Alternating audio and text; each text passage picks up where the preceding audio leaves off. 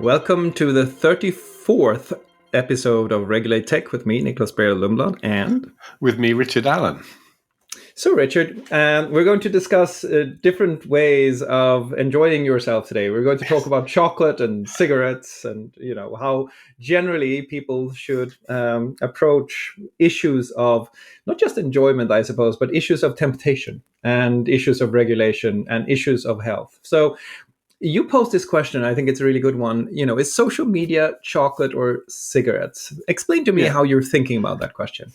Well, actually, just in the last week, we had a day which is called El Día de la Hispanidad, which is the day when Spain celebrates, to the extent that they should do, their arrival in the New World. And when Europeans arrived in the New World, in the Americas, they brought back a number of different products, two of which were tobacco and chocolate. And so that sort of got me thinking again about this sort of notion of, things that that we have in our societies that at various times we've had kind of different sort of forms of concern about. And those two products are one that, they've been around now in Europe for 300 or 400 years, in the Americas actually for thousands of years. But they're ones that people think of as guilty pleasures. They're things that, many, many millions of people enjoy chocolate, and, for better or worse, millions have enjoyed cigarettes. That number is declining over time, but millions of people have enjoyed tobacco products. And I think most people, if you ask them, would say it's a guilty pleasure. It's not something I'm particularly proud of, but it's something that I enjoy. And often when you talk to people in social media world, they'll express the same thing. They'll say, I'm seeing on social media feeds all the time. I recognize that, maybe it's not the best use of my time. Maybe it's not, a sort of thing that I should go out and boast about, but it's my guilty pleasure. And then that feeds into thinking, well, actually, in this paradigm, if you say roll back the centuries, I think probably a majority of people, at least in Europe, would say, look, in a sense, I wish we'd never brought tobacco back.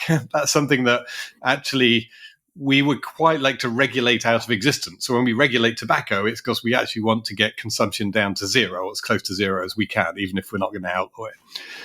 And then most people, I think, in Europe would say, look, chocolate was on balance, a good thing that we brought back from the Americas. It's something that, in excess can be harmful, but most people, most of the time, can control their consumption of chocolate, and it's something that adds value to your everyday life.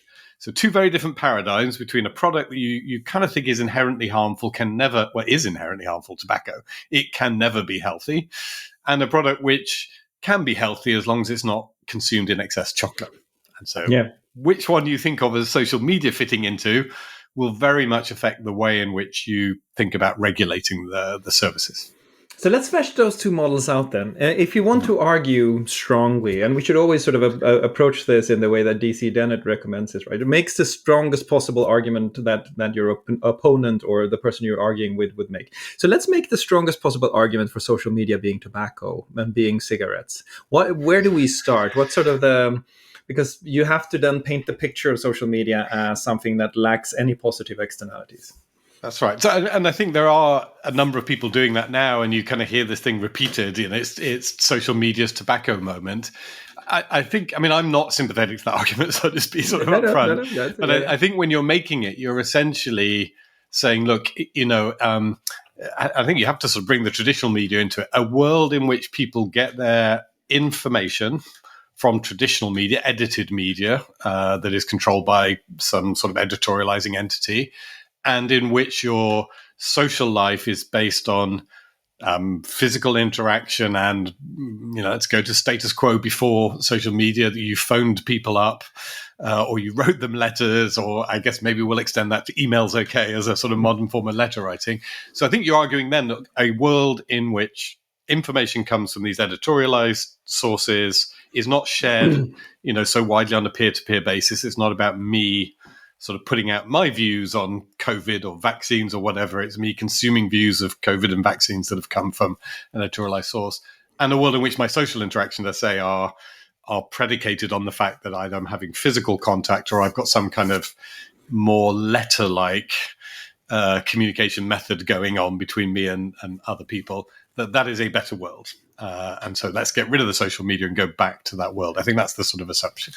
But wouldn't you also? I mean, let's pursue this in extremis to sort of really explore the argument. Wouldn't you also say that you would for tobacco you would say it's a poison? It's essentially a poison society. It creates huge costs in cleanup on sort of the suffering side for the victims because they are consuming this and they are getting sick from it. And you would in parallel make the argument that you're consuming social media and our kids are getting sick and they have an erroneous self picture. All that or self image is being destroyed, right? But then there's another argument that you would make if you're trying to make this analogy as strong as possible, and that is saying that just as with cigarettes, design and selling of social media is inherently made to increase the dependency on it, to increase how addictive it is. It's the addiction part that we're sort of that I think if I was arguing that social media was big tobacco, I would say it's designed addiction. That's the thing that actually takes the two and brings them together. What would you say to that? I mean, again, I think that the key difference. So yes, this addiction point does come up, but in a sense, anybody who makes any kind of product is doing that. So there is a question I think is, tobacco, the drug nicotine, it has chemical properties that make it inherently addictive. That's the nature of the substance. I think it's quite a stretch to kind of say there's something like inherently addictive in that physical sense that creates that sort of physical dependency from social media. Arguably, it sort of pushes buttons, and I think psychologists and others sort of look at this, it pushes buttons that mean that you want to keep going back for it. But again, I would say that, you could argue that for chocolate. You could argue that for potato crisps which are consumed in vast quantities in the UK, for Coca-Cola, for like a whole range of other consumer products. You could argue, similarly are addictive. But I think most people regard that form of addiction, we'd use this word loosely. I am addicted to Coca-Cola is different from I am addicted to tobacco. I am addicted to chocolate. I buy 5 bars of chocolate a day, maybe not least because of the prompting of chocolate companies who tell me to buy chocolate every day. But I'm buying 5 bars of chocolate a day, you would say is a chocolate addiction. But I think we would see that as qualitatively different from a tobacco or a heroin or a cocaine addiction, where you're talking about a drug that is physically inherently addictive. And I say, for me, it's a stretch to kind of say any more than, with social media, I'm addicted to TV. I like to watch the TV every day. I think is much closer to that. And it's not a physical addiction whereby you'll have, physical withdrawal symptoms if you don't get hold of that product. But you're making a really important point here, which is that a lot of things have been identified as addiction under this broader umbrella term. I mean, addiction is something really serious in a medical condition and should be respected as such. But the notion that you can be addicted to TV is not at all out of what people were actually arguing when TV came, right? That's right. Yeah, and actually, I think TV is in many ways, a much closer analogy for social media. That lots of the arguments you have about social media, that it's addictive, that it's harmful, that people are doing too much of it, that it's going to rot the brain, that it's going to corrupt children. A lot of those arguments were have been made about television over the years. And actually, I think that there's a lot sort of closer paradigm now. Social media has different characteristics because of this peer-to-peer nature of the communication, which is both its sort of strength and its weakness, in the sense that a lot of that peer-to-peer is where bad peers can put out bad content that then becomes problematic. But the sort of fundamental arguments as to why people are saying social media is bad, I think you've heard pretty much all of those in respect of television, certainly over the last 30 or 40 years at different times. Yeah, to me, the epitome of this is Neil Postman amusing ourselves to death.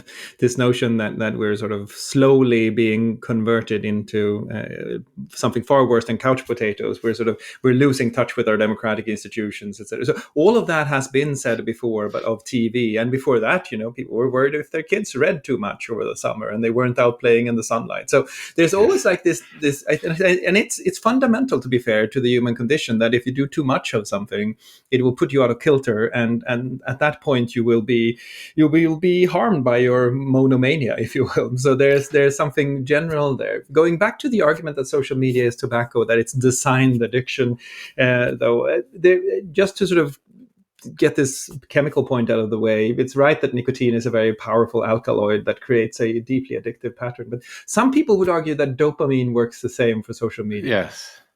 Do you think it And does? again, so again, I would defer to scientists who study this for the actual sort of technical advice on whether or not this where you should draw the line and whether you should regard those sort of brain chemical releases as something that creates a difference between this and other things. But again, I've heard dopamine used as an argument for why other products are addictive. It's not combined to social media. So again, I wouldn't contest the idea that people who build social media products as people who make other products want use their techniques to try and get people to come back again and again. That's what they want. That's what you do when you build a product, is you want people to use that product as much as possible. And that is one of the areas, again, where regulation will come in. But I think the critical question is, are we saying that, look, it's mostly okay. On balance, this thing is a social good. Or at least is something that we don't think that governments have a right to stop people doing any more than they should stop people drinking Coca-Cola or eating chocolate or any of these other sort of products.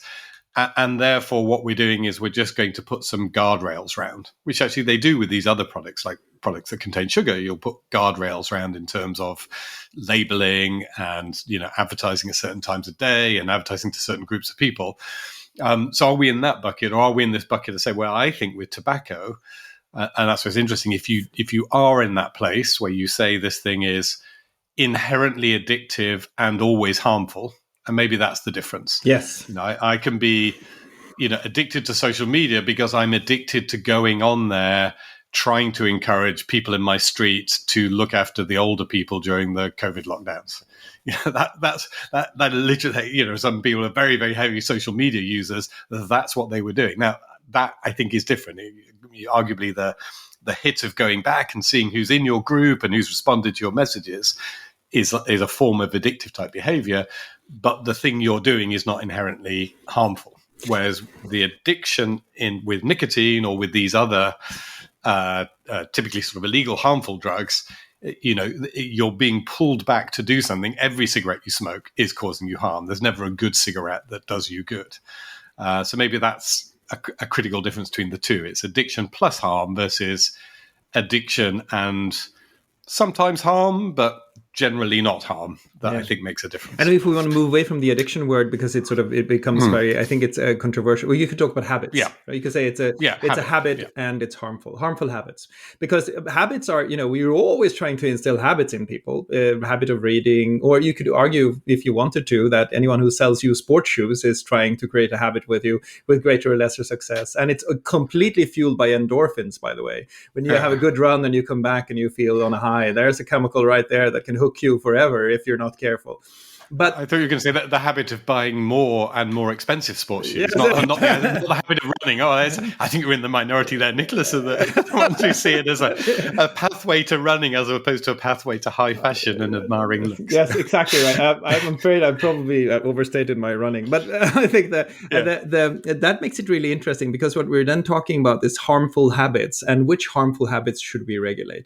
Now, let's compare the harmful habit of smoking, which I think we're uniformly agreeing is not good for you, with the harmful habit of eating chocolate. And is it a difference in intensity? Is it a difference in the sort of depth and heft of the impact? What are the dimensions along which we should sort of try to differentiate this out? So I'm looking at, I think, particularly from the point of view of the regulator, because again, there are all of these sort of medical considerations, psychological considerations, which I say I don't think I would feel particularly qualified to opine on. But from the regulator point of view, you're sitting in government and you're, looking at these two products, and you look at one product, tobacco, and you look at it and you go, well, this is kind of all downside from a health expenditure point of view, from a population point of view, from a general concern for your people point of view. And so you're sitting there going arguably there's some upside in tax revenues, historic tax revenues that you got from it. But I think pretty much every analysis would say, look, the cost to the health service always outweighs any benefit that you get from tax revenues. So you're looking at that and going, this thing or, is inherently bad. Question: to what extent do I feel that my citizens should have the freedom to harm themselves? It's always going to be harmful. And potentially the rest of society kind of has to pick up the tab for that, allowing that harm to continue. So that's on one side. When we look at chocolate, it's very, very different picture. You're looking at this thing and saying, well, this is largely a benign feature of my society. There's no way on earth I would ever think that I was going to ban chocolate. Like, it's just it's not on the agenda at all.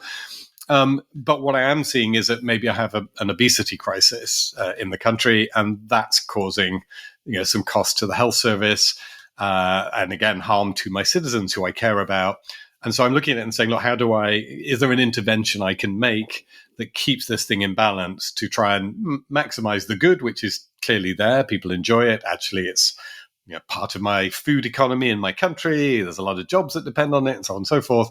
Whilst trying to mitigate against the chocolate and other sugar fuel products kind of leading to bad health outcomes and other bad social outcomes. So kind of very different way of looking at the two. And I think the crucial difference is, any rational regulator is probably going to have in mind that what they really want to do when they regulate tobacco is, as I say, drive it as far out of existence. Ideally, it would be great if it disappeared altogether. But if it's not going to disappear altogether, kind of drive it as far out of existence as you possibly can.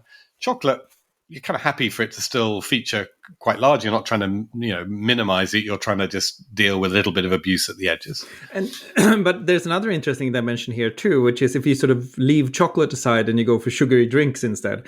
You've seen several regulatory interventions in countries that are perhaps interested in public health or sort of more authoritarian about public health, where they essentially say, we're going to tax sugary drinks at this very high rate in order to make sure that fewer people drink them, or a fat tax for extremely fatty foods with different kinds of processed meat, for example, because it's been proven that these are unhealthy for you. So in the name of public health, we were going to tax these products, and we're going to do so. But when you make that decision, to your point, when you're the regulator, in one case you're saying, I am going to try to, as far as I possibly can, prohibit this.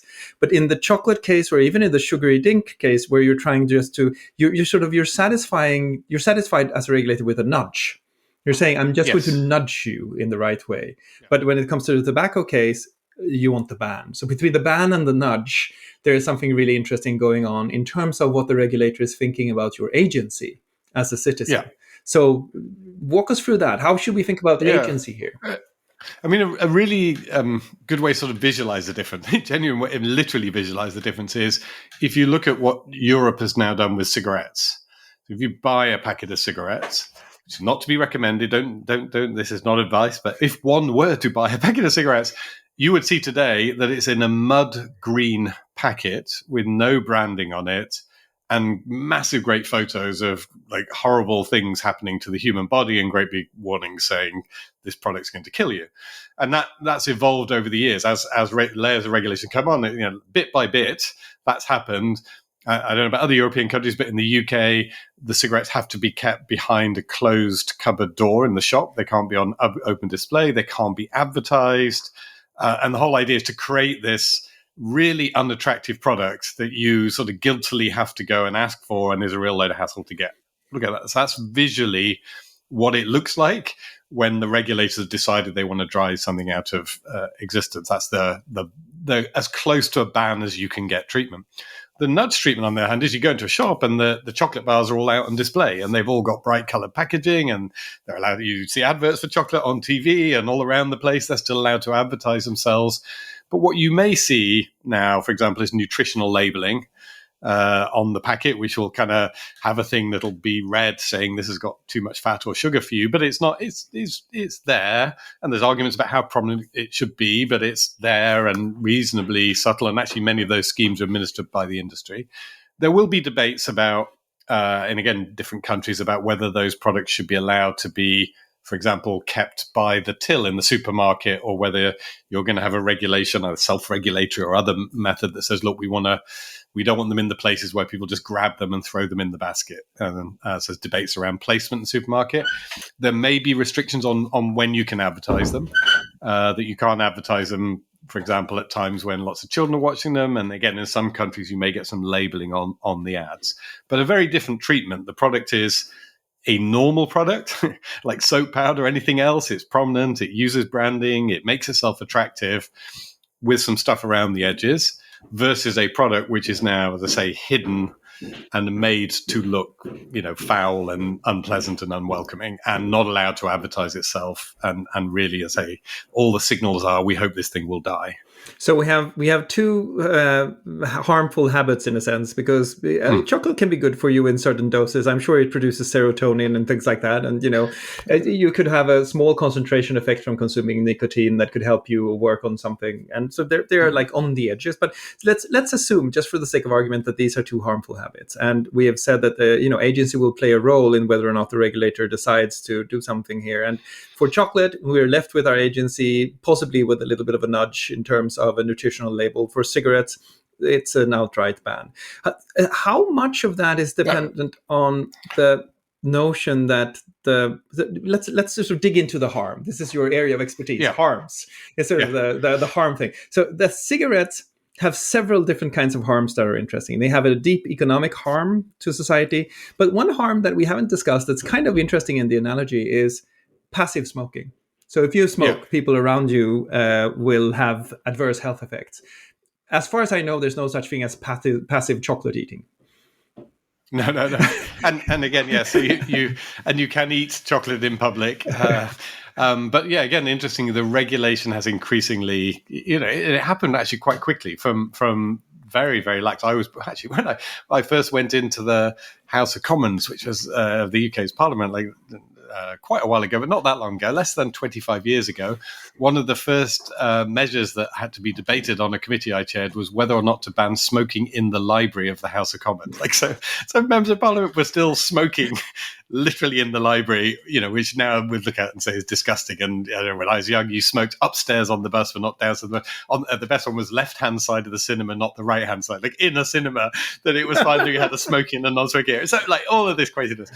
And a lot of people say we can't do anything, and then there's this sort of snowball where workplaces banned it, and then everybody's pretty much banned it, and now people sort of huddle on in specific zones for it. So that sort of effect has happened. And again, I think that you hear a lot of this sort of argumentation in the social media space. I think people do very much sort of draw on that analogy and kind of say, well, look, social media causes knock-on harm to others. The activity that some people have has this sort of network harm. So there's something like the sort of passive smoking effect, which means that we need to sort of crack down on it much more heavily than we would do if we didn't see that sort of broader societal effect. There's some kind of exhaust or fumes from social media that is inherently harmful and leads to this motivation to really, really crack down on it.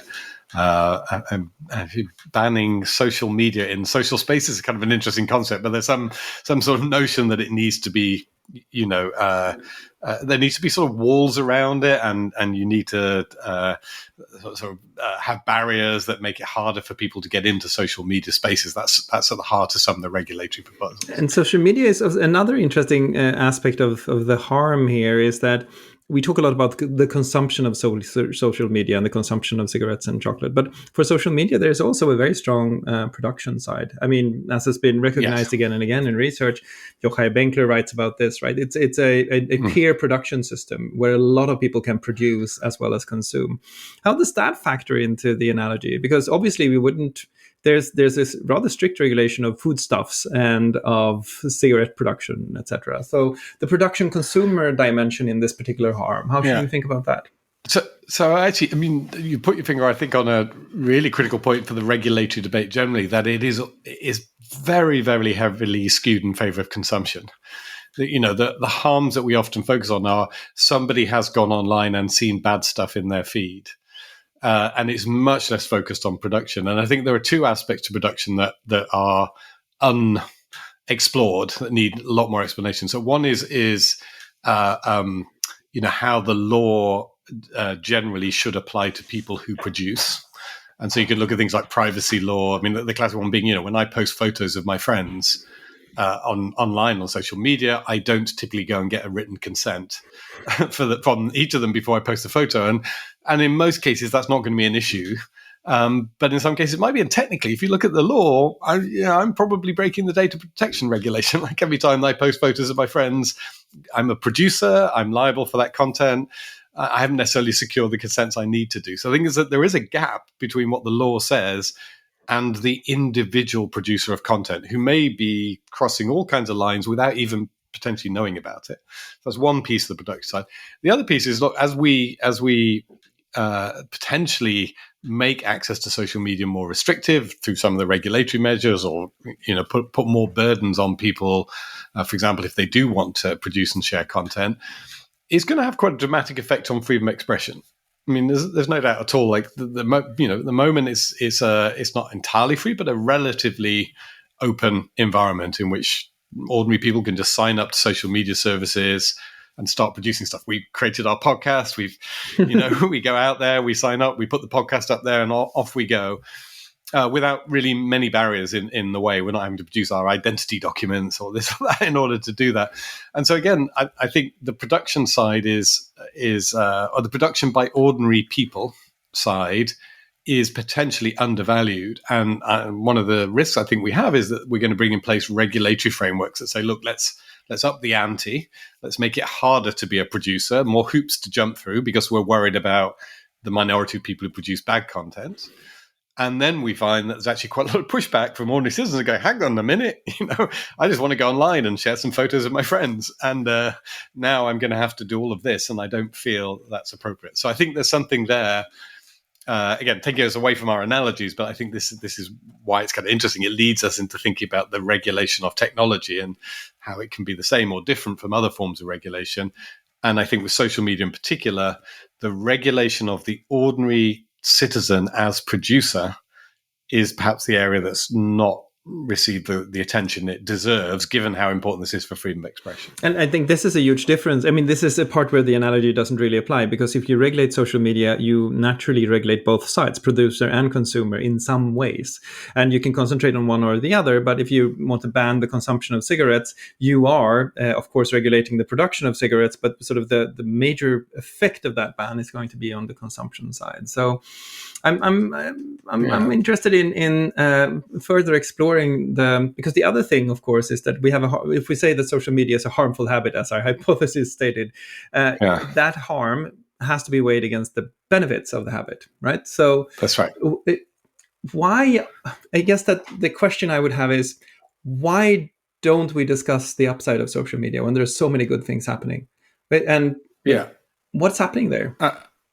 I mean, I find that fascinating. We've kind of almost lost sight of it. We've banked the benefits, and the benefits are there. So, it's in the debate that a couple of weeks ago when all the Facebook services went down, and there was a little bit of glee from people who do see social media as tobacco, like you can't get your tobacco for 3 or 4 hours, and hoping people would turn their back on it and not go back. And actually, people they missed the services and they were happy to go back to them. And I don't think that's because they're all raving addicts. I think it's just because the services are incredibly useful on a day-to-day basis. They're how you find out what's happening with your family at a distance, and they're how you find out what's happening with your sports team, all of that stuff, which is entirely benign.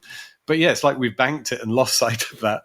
And for very good reason, the debate is very much focused on the harmful side of it.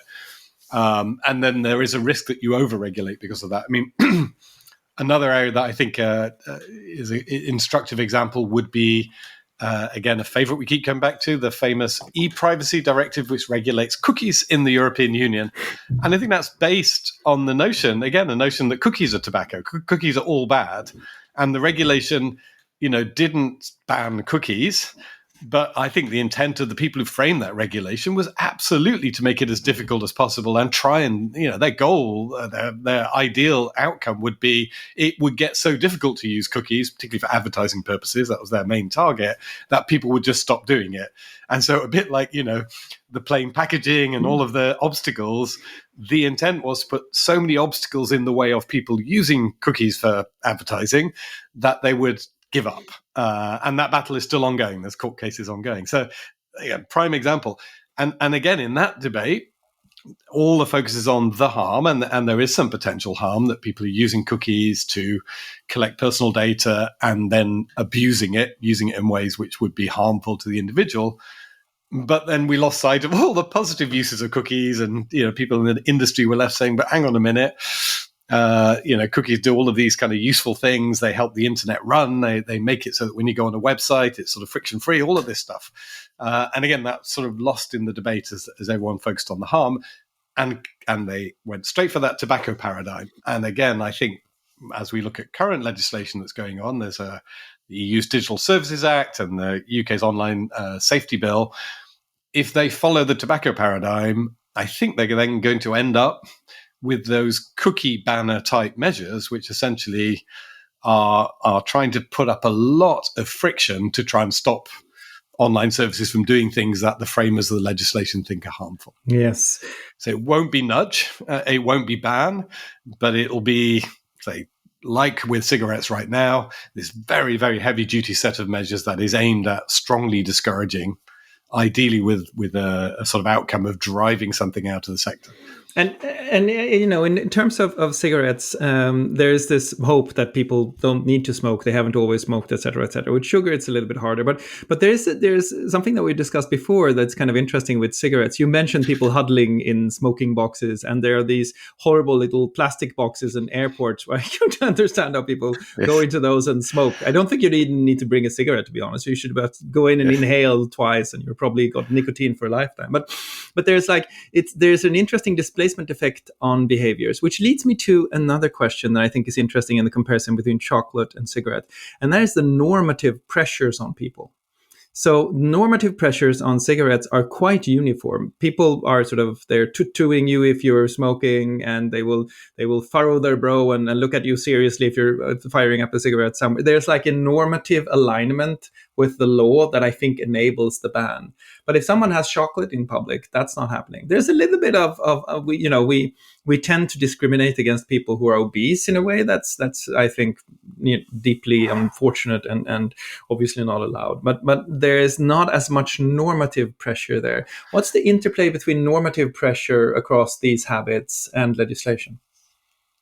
Yeah, interesting though. There may be a gap though between the normative pressure amongst those who make legislation, and so the kind of people that we would mix with in internet policy circles, where I would say that you do get a majority of people who are hostile, particularly to the big tech companies, and there'll be people proudly say, "Look, I'm not on Facebook. I signed off Facebook," including actually I always used to find sort of curious that I would be dealing with regulators who would then proudly go, I would never touch your product with a barge pole. And it's like, but how do you understand how it works? Not regulator. Let's not go there. But I think there is a sort of normative view amongst those who are very close to these issues to say, look, I think there is a strong belief this social media stuff is pretty terrible and pretty bad.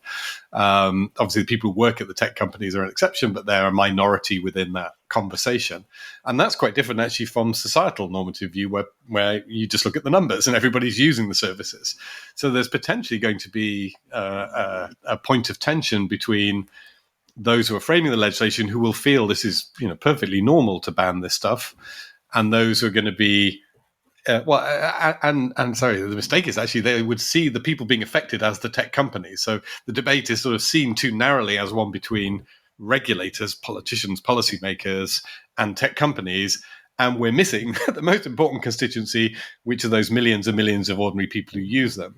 And the idea that they would just sort of passively go along with this, I think, could be stretched too far. Again, be interesting to see what happens with the cookie measures over time, where the normative view amongst policymakers was we just this is right, cookies are bad, and we're just going to get rid of them. I think the public view, if there is one that's been captured, it tends to be frustration at the cookie banners and the steps they're made to go through. And again, interestingly, in the UK, we have a government that's sort of quite well attuned to populist idea or popular ideas. I don't know which is the right word, but they've already started flying a kite to suggest that they may want to change UK data protection law now outside the EU to kind of do away with these cookie banners. I read that. They're clearly picking up some vibe. Yeah, that was they're clearly picking up some vibe, which seems intuitively, correct. I mean, I think most people who are using the internet are not delighted to be asked to do 3 or 4 clicks to get onto popular websites, and if offered the choice would not do that. So yes, a potential gap between the views of those making the policy and those who are going to be subject to the policy, perhaps not exceptionally in this area, but could be quite acute. And if you go to norms and look at chocolate, I mean, one of the most interesting normative inventions since the 1950s is a collective, shared, collaborative normative invention that we call the diet. Yes, right. Yes. That there's like this dietary program. You can do everything from low glucose to Atkins to what is it called, high fat, something low carbs, low carbs, high fat, and so. Why are we not talking more about diets when it comes to social media? You could easily imagine that, right? And in addition to that, just to sort of complete the question, is that what the tech company is trying to do with all of their screen time stuff, etc., trying to get us the tools and technologies to actually start developing dietary programs here? Yeah, I mean, I think that is the area to consider. That's the alternative. So we're so focused on the tobacco paradigm in the regulatory debate that's sort of been so dominant. I think the dietary paradigm actually is much better, and I think you're right that the tech companies have taken some tentative steps in that direction, but it requires the rhetoric to shift. If the rhetoric at the moment, and you've heard it and I've heard it, social media is responsible for every ill in the world. It's poisoning the minds of children, destroying democracy. Like you get the whole list of all the bad things it causes. It requires you to change that rhetoric to be saying social media is actually an important and enjoyable part of our media diet and our social diet. And we just need to do some nudges and change some stuff at the edges in order for it to settle down as a healthy part of our diet. And I'm just not sure that the people who are very interested in regulating this, in the most part, there are some who are sort of in that space, but I think in the most part, the rhetoric tends to be much more extreme and doesn't allow for those complementary or positive statements to be made about social media. So again, politics, you get that people sort of head to the extremes, and there's this utopian dystopian sort of dichotomy that those who say social media is entirely dystopian. In contrast to, I actually think when the tech companies started out, they were utopian about it. Social media is going to save the world and create instant democracy everywhere. So we're sort of still in that utopia dystopia dichotomy, rather than heading into a world which I think is much more sensible. And hopefully, I think DSA has actually got a good chance of going there. It's got a model of doing codes of practice and things like that could end up as to your point, let's have a balanced diet. And the balanced diet has traditional media in it, and it has television, as a form of entertainment in it, and it has YouTube and video streaming in it, and it has social media in it. And if we, like with our food groups, get all these things in balance, then we're fine. But we don't need to treat social media as something that just needs to be squeezed out of the diet altogether, because that would be a huge loss. We'd actually lose something that now is giving us a lot of value. Wouldn't that require, I mean, in a certain sense, I think that seems to me to be very sensible, but it also seems to require decoupling time spent from the business models that the social media companies are currently in. Yes. I mean, so again, if you were following the Facebook debate, Facebook had this notion of sort of time well spent. Their evolution was to say we're not just focused on time spent, this is but Tristan's, time that is right. With Tristan, yeah. He has a website called Time Well Spent. He used to work at Google, I think. Yeah, that's right. As he came out of that. So there's that, and Facebook had a version. Tristan Harris. Yes, thank you. That's right. And Facebook had a version of it, which they called. Well, I mean, Tristan may contest with his version of it, but the thinking was along similar lines to say we need to move from a simple metric of time spent, quantitative, to one that has a qualitative element. It must be time well spent in his terms, or in Facebook's terms, they said they were changing the news feed towards what they would call meaningful social interactions.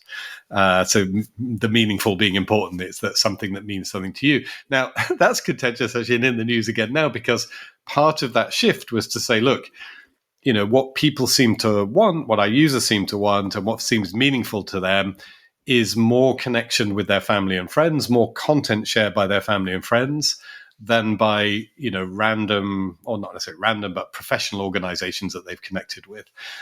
So it means you bias in favor of content shared by individuals, potentially against content on pages or in groups or sort of organized from sort of bigger publications. And part of the criticism of that is that the quality, depending on how you see it, the quality of information shared by your friends and family is higher in terms of social value to you because they're people you're close to, but in terms of informational value, it may be less good quality because they're sharing stuff that they think or stuff that they found, as opposed to necessarily filtering it or editing it for truthfulness or anything else. So you're sort of in this balance. But the notion that, a lot of the work that goes on around algorithms, social media algorithms, which we're all focused on, is precisely in that area. It depends on a set of value judgments about what you think constitutes time well spent, quality time on social media. And again, the way in which the platforms make those decisions will often end up leaving them attacked from both sides. People who think that they've biased in favor of one form of content that they don't like will criticize them. People who think they're biased against their content will criticize them. And we talked last week about decision making, and it's like almost impossible for them to get that decision right. Right. But I do think still that, time well spent and the whole idea of engagement, driving engagement with friends and family, or sort of the informational content, there's something at the very basic level of decoupling time versus the business model overall, where that would mean opening up, for example, for subscription models, other kinds of models that allow for the revenue to be not directly linked to the number of minutes you spend on the website. And that to me leads to another perspective that I think is interesting, and that is that if you're in the chocolate industry, if we sort of dig into your analogy, because I love this idea of chocolate versus cigarette, one of the ways in which you try to sort this is that you've seen very quickly that there's like a social stratification across chocolate consumption. There are the milkier chocolates, the sort of milk chocolates, right, the ones that have stuff in them, caramel, etc., that are not as high quality as the little piece of chocolate you get next to your espresso in Italy after dinner. Yes. Right. And so there's like this range of products there that seem to correspond to, one way to say it is social strata, right? There's like a social stratification in your chocolate consumption. Should we expect something like that to happen too? Because isn't it amazing that social media is so much one product in a sense, that it's not differentiated across the social spectrum or across the quality spectrum? Like what's the 85% cacao version of Facebook? Yeah, I actually think it is becoming more stratified. Interesting to that point. So I think everybody was eating the same chocolate. Yes. To follow that for a period of time, and there was the MySpace chocolate that was replaced by the Facebook chocolate. But actually, I think now, the signs are that people are stratifying and choosing according to their own preference and actually their demographic characteristics. So you will. I don't think that you get a uniform audience. People talk a lot about Facebook getting older, and that the Facebook users are older. There's platforms like TikTok that seem to skew very young. Again, the people who work in the companies will be, I'm sure, experts on the precise reasons why people make these choices. But any of us who've got teenagers will talk to them about, why Instagram, why TikTok, why Snapchat, why not Facebook, all of this sort of stuff. So I think actually we've gone from a pretty unipolar market to one that over time is going to split out. And then there was always such variation with platforms like Twitter, which I think was sort of heavily skewed towards certain sectors, sort of celebrities, and politicians and media, and so you get a different kind of world there. And people talk actually within Twitter about different Twitters that exist within that space. I think we are all. So to follow the analogy, I think people are differentiating their chocolates more, differentiating their social media more over time. But there's still some bestsellers. And the bestsellers. Again, maybe how far does one want to go with an analogy? But I think in the chocolate market, I think we can say that the sort of more sugary, milkier products tend to be the best sellers, and the ones I eat, because I have a sugar thing, and so I'm 70% cacao plus. Like, I'm not going to eat anything less. They are smaller, niche products and more expensive. So yes, maybe there's something in there. The bigger the service, the more likely it is to be milky and sugary. Yeah, that's and there seems to be a lot of space for innovation here, because the tendency still seems to be to maximize participation in these social media platforms. Yeah. And so if you're Facebook, you go like, oh no, we're older, let's recruit the kids, and that creates a weird dynamic in which you're trying to get kids in to the platform, and it doesn't really work. You could imagine a world in which you're like, okay, we're older, let's have some darker colors to this design, let's sort of increase the font size, let's make sure that there's like another set of content, and slam a price tag on it that people can actually pay if they're a bit older or a bit later in their career. So do you see a world in which platforms will consciously move into different niches, or do you think that once you're a come all serve all platform, you're going to be stuck in that paradigm of maximizing for all? Yeah, and I mean, I think both. It's one of those where both are happening. So interesting, there is experimentation around these paid for more niche services, and the classic would be Substack and the various kind of newsletter services, which in a sense are saying it's time you might otherwise have spent on social media, you're now spending reading content, but you can also produce, but it's primarily a kind of consumption platform. Your feed is your email inbox, and you're reading a bunch of content that you've paid for. And so, and for the older reader, or the older user, that at the moment at least seems to be really popular. Question how long, can it be sustained, and whether or not people will move on from that. But at the moment, we are seeing experimentation in that space. But having said that, the reason I still say both is I think it's really difficult for an internet platform to kind of go this big and no bigger. It's really so embedded in the DNA that because of this thing, the internet allows you to connect to anyone in the world. The potential is this global audience. Yeah. Maybe once the balkanization that we've talked about in previous episodes, if that ever happens, and actually it's a real pain now to offer your services to particular countries or particular segments, like the things have got a lot harder, then maybe you'll say, look, my natural market is this, I'm just going to focus on this. But as long as we're in a world where your potential market is all internet users everywhere, I think the drive then to say, look, I want a product that reaches as many of those as possible is so strong. It's hard to see someone going, if I get 50 million users, I'm fine. I'll just stop there, and I'll not try and get another 50 million. I do think you will find, though, and I think an interesting thing is that I think there's a demand for certain exclusivity and scarcity. So you will find, I think, the growth of platforms like Clubhouse that will limit the amount of people who can join a room at some arbitrary cap and say that this is how many people can join this particular platform. You're still on Clubhouse, so they are still enjoying the global reach, but they're recognizing this fact that that there's a value to scarcity in social media. There's a value to scarcity and ephemerality. So something that only exists for a little while with a few select people, there's something to that that's now being recreated, a value that's being rediscovered in a sense. Right. And so I think the age of the club might very well be coming back, where you're building clubs on top of frameworks and platforms, but those clubs are going to be scarce in number of seats that you can actually have, and ephemeral in the sense that it's not recorded for posterity what's happening there. That seems to me to be a way to get more dark chocolates.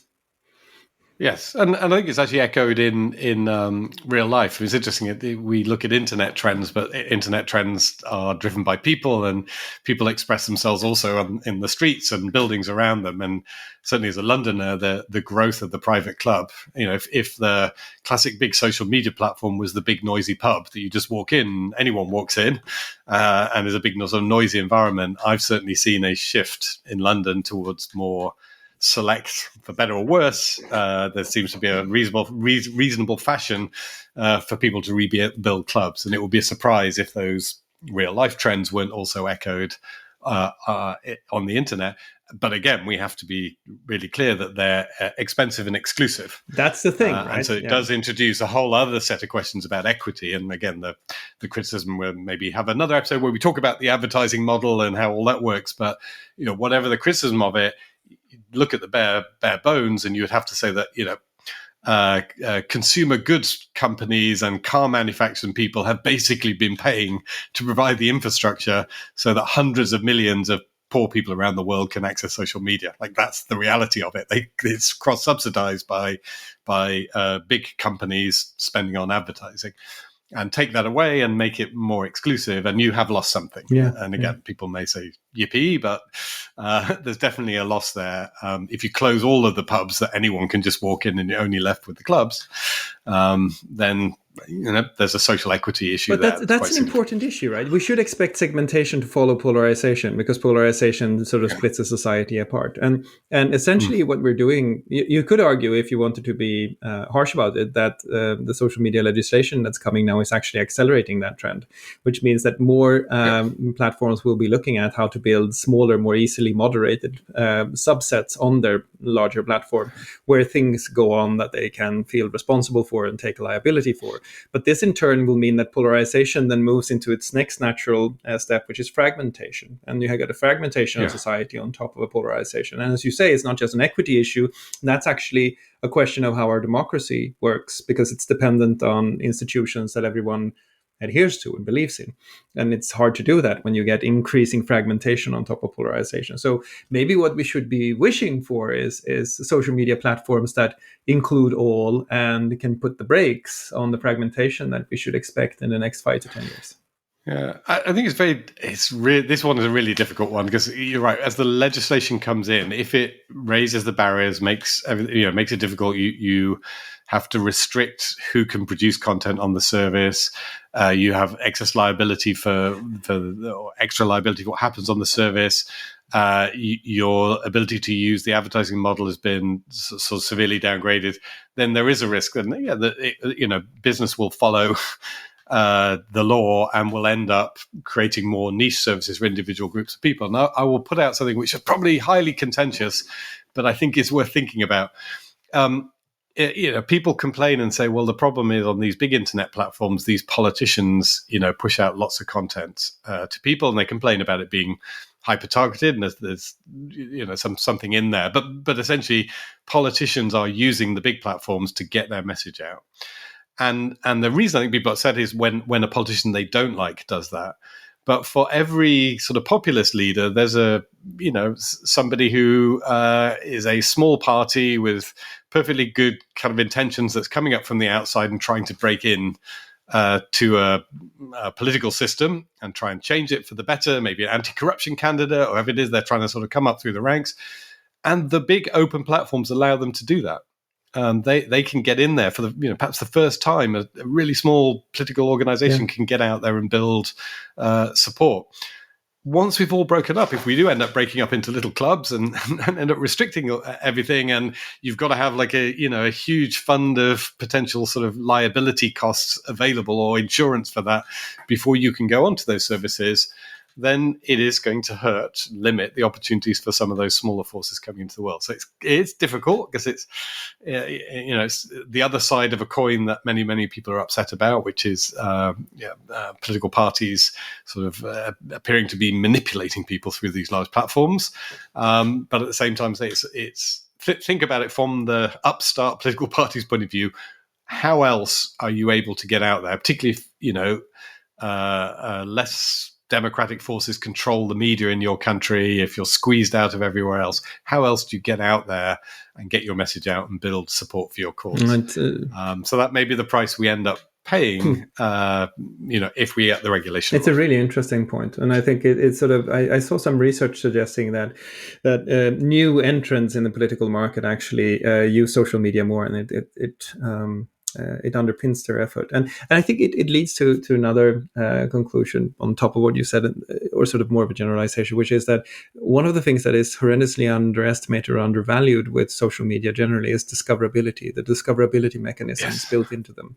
You talk about dissemination, but you don't talk about discovery. And I think that's really interesting, because we always discuss, well, this content is spread everywhere, but we're not discussing you can discover all of this new content. And I think discoverability is a core quality in many of these social media platforms. And I think it's sort of just repeating what you're saying, but I think it's one of the things that it would be worthwhile thinking more about. Absolutely. And I think, again, the fear from the critics is that what you're discovering is cigarettes. Yes.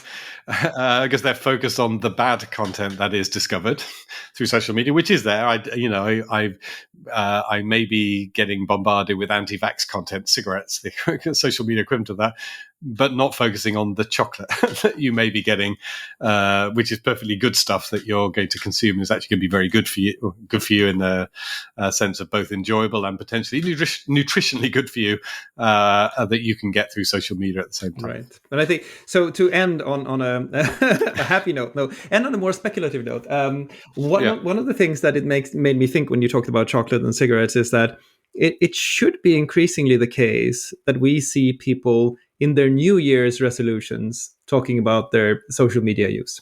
I'll uninstall this social media app from my phone and just use it on my computer, or I'll spend less hours on this or that. I mean, the 5 most common US adult New Year's resolutions currently are doing more exercise, that's chocolate; losing weight, that's chocolate; saving more money, that's an interesting one. I'm not sure exactly where that fits in. Improving diet, that's chocolate; and then pursuing a career ambition. When do you think you'll start to see New Year's resolutions around the way we consume information and engage in social media?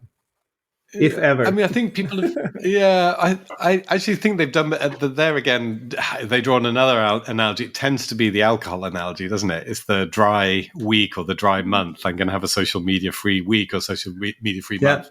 So much more that. And often they'll kind of say that they fail. So there's something, they'll find it really hard and really difficult and kind of frustrating. But yeah, so I think people are doing it, but they're, again, perhaps pulling on the wrong one. It would be better to be saying, perhaps, I think for most people it's less dramatic. I'm going to give up chocolate, or I'm going to have 1 bar of chocolate every 2 days instead of 2 bars of chocolate every day. I think might be a better kind of resolution, a more realistic resolution, because you're then not throwing out the good with the bad. The kind of, I must abruptly stop doing this for a month, which is more the alcohol type resolution, I think, to my mind, is perhaps not helpful and not accurately reflective of this good bad mix that you get from social media versus other products. Yeah, and in a future episode we'll discuss whether it's beer as well. So that's good.